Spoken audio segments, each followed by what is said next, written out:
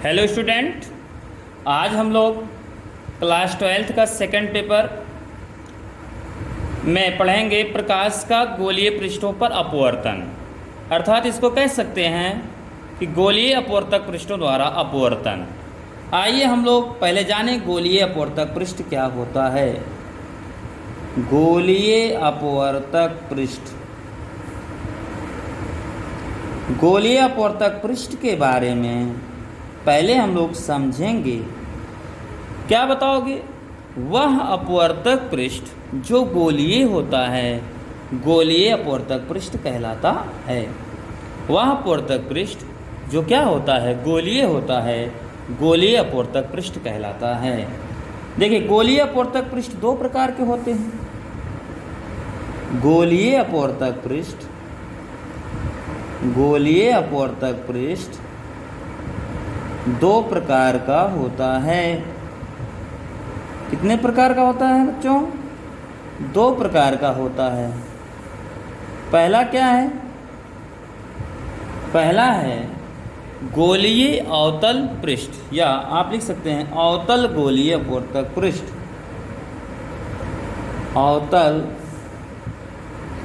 गोलीय अपवर्तक पृष्ठ, अवतल गोलीय अपवर्तक पृष्ठ। दूसरा जो है वो है उत्तल गोलीय अपवर्तक पृष्ठ। उत्तल गोलीय अपवर्तक पृष्ठ, उत्तल गोलीय अपवर्तक पृष्ठ है। तो देखिए, हमने आपको बताया गोलीय अपवर्तक पृष्ठ क्या होता है। वह अपवर्तक पृष्ठ जिससे जो गोलीय होता है गोलीय अपवर्तक पृष्ठ कहलाता है। अपवर्तक पृष्ठ क्या होता है? अपवर्तक पृष्ठ जिस पृष्ठ से अपवर्तन की घटना होती है उसे अपवर्तक पृष्ठ कहते हैं। गोलीय अपवर्तक पृष्ठ कितने प्रकार का होता है? गोलीय अपवर्तक पृष्ठ बच्चों दो प्रकार का होता है। पहला है अवतल गोलीय अपवर्तक पृष्ठ, दूसरा है उत्तल गोलीय अपवर्तक पृष्ठ। तो अवतल गोलीय अपवर्तक पृष्ठ का देखिए चित्र कैसे बनता है। ये पृष्ठ कैसा है? गोलीय है, लेकिन देखिए ये ऐसे चित्र बना तो इसे क्या कहेंगे? इसको कहेंगे अवतल गोलीय अपवर्तक पृष्ठ। और ये है क्या? ये है उत्तल गोलीय अपवर्तक पृष्ठ। उत्तल गोलीय अपवर्तक पृष्ठ आया समझ में? चलते हैं इसके नेक्स्ट हेडिंग पर। तो गोलीय अपवर्तक पृष्ठ कितने होते हैं? दो होते हैं। पहला क्या है? अवतल गोलीय अपवर्तक पृष्ठ। दूसरा क्या है? उत्तल गोलीय अपवर्तक पृष्ठ।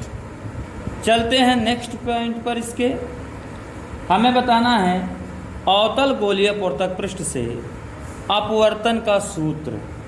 क्या बताना है? ध्यान दीजिए। अवतल गोलीय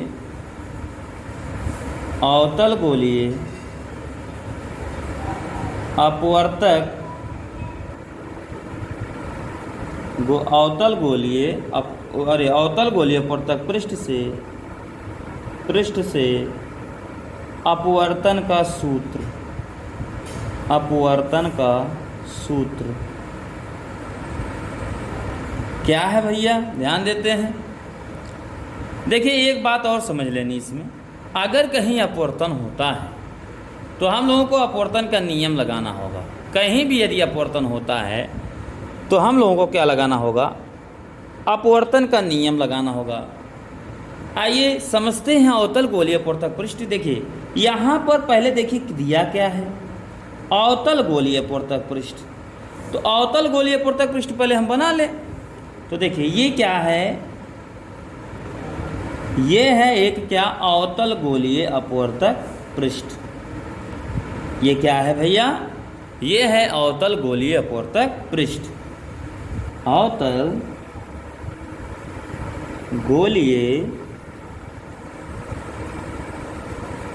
गोलीय अपवर्तक पृष्ठ है। अच्छा, ये भैया क्या है? ये इसका क्या है? प्रकाशी कक्ष है या सेंटर है? प्रकाशी कक्ष है इसका। ये है मुख्य अक्ष, चाहे प्रकाशी कक्ष कह सकिए चाहे मुख्य अक्ष करिए। ये है अवतल गोलीय अपवर्तक पृष्ठ, ये इतना। और ये क्या है बच्चों? ये है मुख्य अक्ष या प्रकाशी कक्ष। इधर देखिए क्या है? वायु है। इधर का मीडियम क्या है? वायु है। और इधर का जो मीडियम है वो क्या है? कांच है। ठीक, ये N1 है। N1 बराबर क्या होगा? 1। वायु का पूर्णांक लगभग क्या होता है? 1। और ये कांच का पूर्णांक है। N2 बराबर कितना मानेंगे? N मानेंगे। चलो ठीक है। ये इसका बेटा यहाँ पे सेंटर है। क्या है यहाँ पे? सेंटर। तो आप लोगों को ध्यान दीजिएगा इसमें। ये भैया क्या है? एक अवतल गोलीय अपवर्तक पृष्ठ है। ये इसका क्या है? मुख्य अक्ष है। ये इसका क्या बेटा? केंद्र है, वक्रता केंद्र है इसका, इस पृष्ठ का। अब ध्यान दीजिए, इसमें यहाँ पर एक ऑब्जेक्ट रखा गया। यहाँ पर ऑब्जेक्ट O रखा गया है। O एक ऑब्जेक्ट है। अच्छा, ये इसका क्या है? ध्रुव है, P है। ध्यान दीजिएगा। अच्छा, वस्तु से चलने वाली प्रकाश किरणें, वस्तु से चलने वाली प्रकाश की किरणें। देखिए, प्रकाश किरण कहाँ से कहाँ चल रही है? वायु से चल रही है। और कहाँ जाएगी? कांच में। तो आपको पता होना चाहिए कि जब प्रकाश की किरण सघन, क्या बात भैया आपको याद होगा कि जब प्रकाश की किरण विरल माध्यम से सघन माध्यम में जाती है तो वह अभिलंब की ओर झुक जाती है। हाँ, लेकिन आप लोगों को ये भी सिखाया था मैंने, इससे मेरे प्रीवियस लेक्चर में आप लोग देखेंगे, वीडियो पड़ा हुआ है, उसमें आप लोग देखेंगे कि अगर हमें गोलीय पृष्ठ के लिए अभिलंब खींचना होगा, क्या खींचना होगा? अभिलंब खींचना होगा। तो हम क्या करते हैं? आपतन बिंदु को C से मिला देते हैं। तो हम लोग क्या करेंगे भैया? आपतन बिंदु को किससे मिलाएंगे? C से मिलाएंगे। तो ये बच्चे, ये क्या हो गया भैया? नॉर्मल हो गया, N हो गया। चलो ठीक। तो देखिए, प्रकाश की किरण कहाँ से कहाँ जा रही है? प्रकाश की किरण वायु से किस में जाएगी? कांच में। वायु क्या है? विरल है। और जबकि कांच क्या है? सघन है।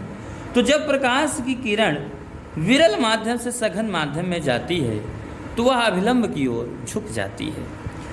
तो यहाँ पे बहुत ध्यान देने वाली बात है कि जब ये प्रकाश की किरण यहाँ से यहाँ चली, यहाँ पर अब दूसरे माध्यम में जा रही है। किस में जा रही? कांच में। तो वह किसकी ओर झुकेगी भैया? अभिलंब की ओर। ऐसे ही झुक जाएगी। एक प्रकाश की किरण ऐसे ऐसे सीधे जाएगी तो बेटा ये पृष्ठ पर लंबवत गिरेगी तो ऐसे सीधे निकल जाएगी। अच्छा, यहाँ पर हम लोग अपना नेत्र लगाते हैं। नेत्र लगा कर जब देखें हैं, ये दोनों किरणें जब नेत्र में पड़ती हैं तो जब इन दोनों को पीछे बढ़ाते हैं तो पीछे बढ़ाने पर मुख्य अक्ष पर यहीं कहीं मिलती हुई क्या होती है? प्रतीत होती है। इनको भी पीछे बढ़ाते हैं तो यहीं पर प्रतीत होती। यहाँ क्या बनता है बेटा? जहाँ दोनों प्रकाश किरणें क्या हो रही? मिल रही हैं, यहीं पर इसका क्या बनेगा? प्रतिबिंब। और बढ़ाने पर मिल रही हैं, प्रतीत हो रही हैं, तो यहाँ पर कैसा प्रतिबिंब बनेगा? आभासी। कैसा प्रतिबिंब बनेगा? आभासी। चलो, यहाँ बेटा M पॉइंट है, इस पर लंब डालते हैं।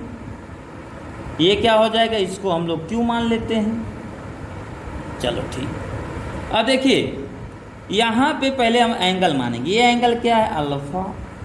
ये एंगल क्या है? बीटा। ये एंगल क्या है? गामा। ये देखिए, जो O के साथ है ये अल्फा एंगल है, I के साथ बीटा है, C के साथ क्या है? गामा है। अच्छा, आप लोगों को पता होगा आपतित किरण एवं अभिलंब के बीच बने कोण को आपतन कोण। तो देखिए, इतना क्या है? यहाँ से लेकर यहाँ तक, ये देखिए C वाला देख रहे हैं ये, और ये आपतित किरण, इनके बीच जो एंगल बनेगा वो क्या? आपतन कोण। मैं यहाँ थोड़ा बढ़ा दे रहा हूँ I।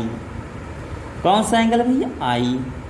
अच्छा, अपवर्तित किरण और अभिलंब के बीच बने कोण को क्या कहते हैं भैया? अपवर्तन कोण।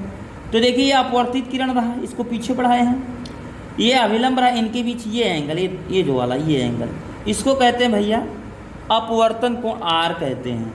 ये एंगल आई हो गया, ये एंगल यहाँ से लेकर आर हो गया। चलो ठीक है, इसको एम क्यू जो है वो क्या है? एच है। चलिए ध्यान देते हैं, अगर हम लोग ध्यान दीजिएगा, यदि अब इसका मैं उपपत्ति करता हूँ, मैंने आप लोगों को पहले बताया था कि अगर अपवर्तन होता है तो अपवर्तन की घटना में स्नेल का नियम लगाना होता है। तो स्नेल के नियम से, स्नेल के नियम से क्या होगा? n1 sin i equal to n1 sin i equal to n2 sin r, n1 sin i equal to n2 sin r। चलिए n1 की वैल्यू क्या है बच्चों? 1 है, 1 इंटू साइन आई। n2 का मान कितना है? n है, n sin r। आया समझ में? तो यहाँ से भी n को अकेला कर लो, n जब अकेला होगा तो n बराबर साइन आई, देखा ध्यान दीजिएगा, तो n बराबर क्या होगा? Sine i upon sine r. Okay. अच्छा, if i and r is very small, आप ऐसे कह सकते, इफ आई आर बहुत छोटे हैं, यदि आई और आर का मान, यदि आई और आर का मान बहुत छोटा है तो क्या होगा बेटा? तो साइन आई अप्रॉक्सीमेटली किसके हो जाएगा? आई के, और साइन आर अप्रॉक्सीमेटली किसके हो जाएगा? आर के। अतः जहाँ भैया साइन आई है वहाँ हम क्या रखेंगे? आई। अतः n बराबर साइन आई के स्थान पे आई, साइन आर के स्थान पे आर। तो हम लोग क्या लिख सकते हैं? इसको गुणा करा लेते हैं, आई इक्वल टू क्या हो गया? N r. इसको बेटा हम लोग इक्वेशन नंबर क्या मानेंगे? फर्स्ट। ये इक्वेशन नंबर क्या रहा? फर्स्ट रहा। देखिए यहाँ पर हम लोग को समझ में आ गया कि अपवर्तन की घटना है, तो अपवर्तन की घटना में भैया हम लोग क्या करेंगे? स्नेल का नियम लगा। भाई अपवर्तन है तो अपवर्तन का नियम लगाना पड़ेगा। तो I equal to n are आ गया बच्चों। तो पहले मुझे क्या ज्ञात करना होगा? आई ज्ञात करना होगा, और मुझे क्या ज्ञात करना होगा? आर ज्ञात करना होगा। तो आप देखिए त्रिभुज एम ओ सी में देखना है, ध्यान दीजिएगा, एम ओ सी, गामा क्या है? बहिष्कोण। तो यहाँ लिखेंगे चित्र में, ध्यान दीजिए, त्रिभुज एम ओ सी में गामा बहिष्कोण है, गामा बहिष्कोण है। तो बहिष्कोण का आप लोग प्रतिबंध जानते हैं। तो बहिष्कोण इससे दूरस्थ दो अंतःसमकोणों के दो अंतःकोणों के योगफल के क्या होगा? बराबर होगा। तो गामा बराबर क्या लिख सकते हैं? देखिए एम ओ सी में गामा देखिए क्या बहिष्कोण है, गामा जो कोण होगा वो ये कोण पूरा एम और पूरा ओ, इसके योग के क्या होगा? बराबर। तो गामा बराबर क्या हो जाएगा बेटा? आई प्लस अल्फा। आई निकाल लेते हैं, आई बराबर क्या होगा? जब अल्फा को इधर भेजेंगे तो आई बराबर हो जाएगा गामा माइनस अल्फा। आई की वैल्यू बच्चों हमको पता हो गया, आई बराबर क्या होगा? Gamma minus alpha. इसी तरीके से त्रिभुज एम आई सी में, त्रिभुज देखिए एम ये रहा, एम ये रहा, एम ये रहा, आई ये रहा, सी ये रहा। त्रिभुज एम आई सी में गामा क्या है? बहिष्कोण है, में गामा बहिष्कोण है। चलिए, तो हम लोग गामा बराबर क्या लिखेंगे? देखिए, ये इतना एंगल क्या है भैया? ये एंगल आर है और ये एंगल क्या है? बीटा। तो गामा बराबर हो जाएगा आर प्लस बीटा। तो ध्यान दीजिएगा, यहाँ ध्यान दीजिए, मुझे मालूम हो गया गामा बराबर क्या हो जाएगा बेटा? गामा बराबर आर प्लस बीटा दिया गया, तो आर बराबर क्या हो जाएगा? इसको हम लोग ये बीटा को क्या करेंगे? पक्षांतर करेंगे तो चिन्ह क्या हो जाते हैं? बदल जाते हैं। तो आर बराबर हो जाएगा गामा माइनस बीटा। क्या हो जाएगा बेटा? Gamma minus beta. अच्छा, आई और आर का मान, आई और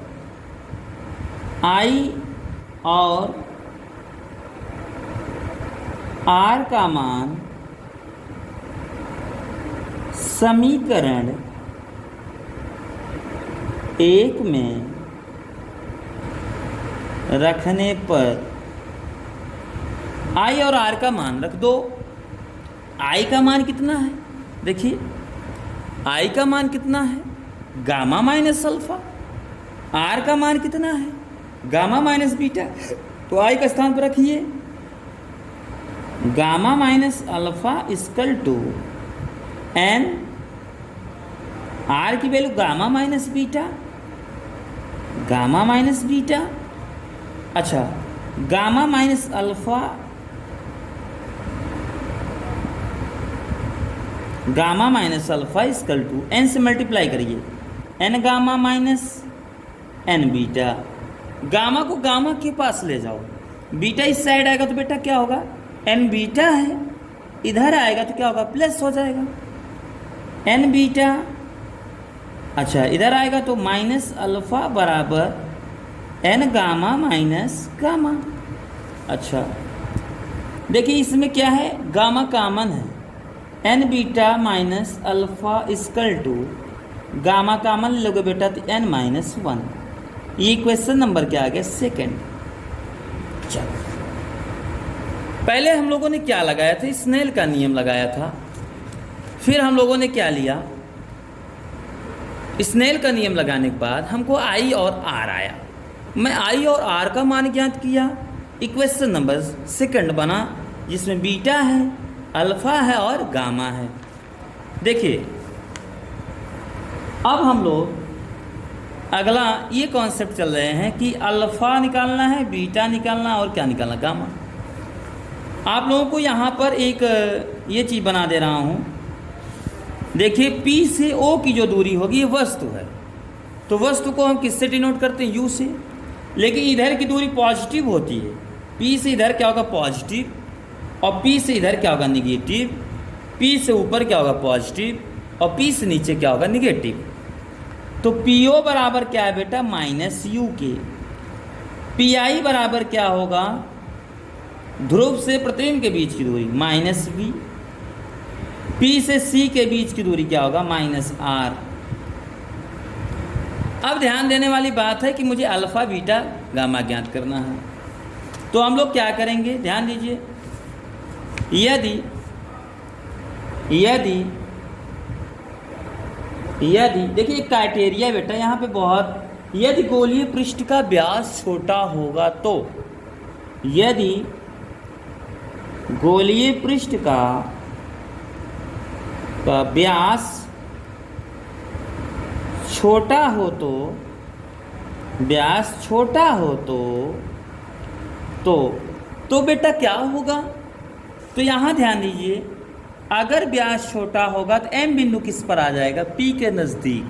ध्यान दीजिएगा, चित्र में थोड़ा सा ध्यान दीजिए, ध्यान लगाइए। तरक्की करना है तो ध्यान लगाना पड़ेगा। M बिंदु, देखिए अगर आपको फीलिंग ना आती हो तो इधर से मैं फीलिंग करा रहा हूँ। देखिए ये बेटा एंगल क्या था? यहाँ से ये M था, ये एंगल देखिए, यहाँ ध्यान दीजिए, ये P है और ये बेटा Q है। इस पर ध्यान दीजिएगा, इस फिगर पे ये एंगल अल्फा है, ये एंगल क्या है? अल्फा है। मैंने कहा दर्पण का व्यास, गोलीय व्यास, ये गोलीय पृष्ठ का व्यास बहुत छोटा है। बेटा ध्यान दीजिएगा, गोलीय पृष्ठ का व्यास बहुत छोटा है, तो देखिए जब ब्याज छोटा होगा तो यहाँ देखिए अल्फा का भी मान छोटा होगा। तो एम बिंदु किसके करीब आ रहा है? पी के करीब आ रहा है ब्याज छोटा होने पर, और क्यू वाला किसके करीब जा रहा है? पी के। तो देखिए ये क्यू किधर जा रहा है? खिसक रहा है पी की तरफ। जब एम वाला पी की तरफ आएगा, ब्याज छोटा होने का मतलब क्या है भाई? पहले ब्याज बड़ा था, ब्याज छोटा कर रहा हूँ, तो एम बिंदु किसके करीब जा रहा है? पी के, और क्यू वाला किसके करीब जा रहा है? पी के, और अल्फा भी क्या होंगे? छोटे। तो क्राइटेरिया अगर लग गया, यदि गोलीय पृष्ठ का ब्याज छोटा होता है तो tan अल्फा किसके हो जाएगा बेटा? अल्फा के, tan बीटा बीटा के, तथा tan गामा गामा के। तो बेटा हम लोग अल्फा बीटा और गामा का मान निकालते हैं। चित्र में देखिए, इसको बेटा हम एच माने हैं यम से क्यू तक। तो tan अल्फा, tan किसका रेशियो होता है? लंब बटा आधार। कोण के सामने की भुजा क्या होगा? लंब। और ये क्या हो जाएगा बेटा? आधार समकोण के सामने की भुजा कर्ण होती है। तो हम लोग tan अल्फा इक्वल टू क्या लिखेंगे? बराबर, देखिए ये बेटा पूरा क्या है? h है। ध्यान दीजिएगा चित्र में, ये पूरा क्या है? h है। और यहाँ से इसका आधार क्या है? यहाँ से देखिए ये पूरा P से O, ये हो गया आधार। तो h बटा माइनस u। ऐसे tan बीटा बराबर, चित्र में ध्यान देते रहिएगा,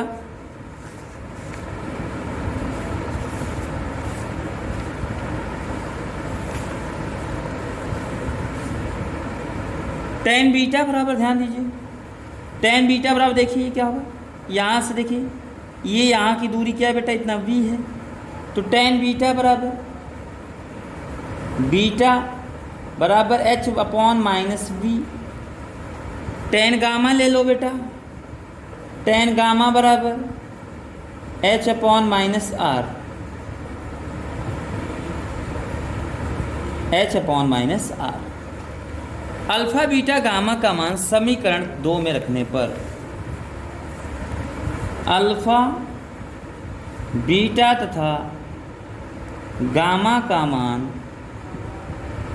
समीकरण 2 में रखने पर, रख दो भाई, क्या होगा? रखो n बीटा का मान h अपॉन, देखिए प्लस माइनस माइनस होता भाई, माइनस h अपॉन कितना होगा बेटा? v, माइनस अल्फ़ा है, अल्फ़ा की वैल्यू कितना बेटा? h अपॉन माइनस u, तो हो जाएगा minus h upon u। Gamma का मान minus h upon r, n minus 1।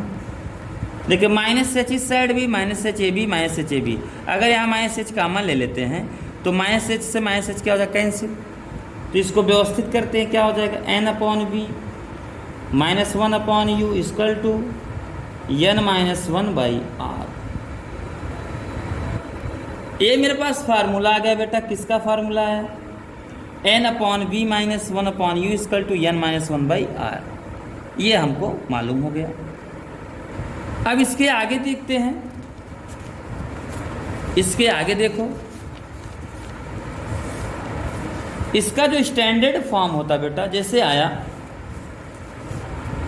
जैसे ये लिखा गया था n अपॉन बी, जैसे लिखा गया था, ये देखो n upon b minus 1 upon u equal to n minus 1 बटा आर। आप लोगों ने देखा था n1 बराबर क्या था? 1 था, और n2 बराबर क्या था? n था। तो जहाँ बेटा इसमें n लिखा गया वहाँ क्या लिखेंगे? n2, और जहाँ 1 है वहाँ क्या लिखेंगे? n1। तो हो जाएगा n2 upon v minus n1 upon u equal to n2 minus n1 by r. ये इसका क्या है? ये क्या भैया? इसका ये स्टैंडर्ड फॉर्म है। ये इसका क्या है? स्टैंडर्ड फॉर्म है। n2 upon v minus n1 upon u equal to n2 minus n1 by r. आइए इसको थोड़ा सा और ध्यान देते हैं। और ध्यान देने वाली बात क्या है? इस सूत्र के अनुसार हम लोग देखेंगे v का मान, देखिए इस सूत्र में कहीं अल्फ़ा बीटा गामा आया नहीं है, तो v का मान, देखिए v का मान अल्फ़ा पर निर्भर नहीं करता है। क्वेश्चन अगर आ गया, देखिए वस्तु जहाँ से था कोण कितना बनाया था बेटा? अल्फ़ा बनाया था। आई जहाँ बीटा है, लेकिन इस सूत्र में ना अल्फा या ना बीटा या ना गामा है बेटा, तो हम क्या लिख सकते हैं, क्या v का मान अल्फा पर निर्भर करेगा?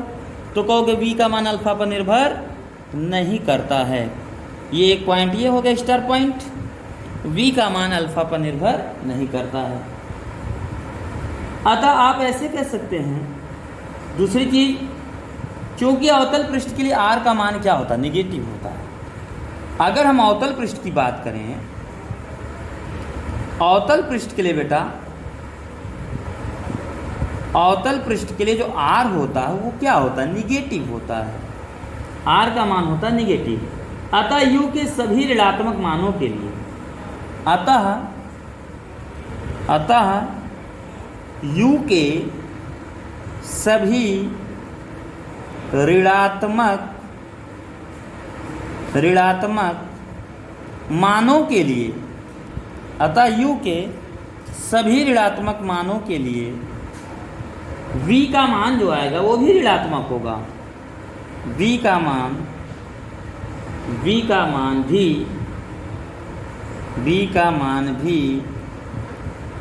ऋणात्मक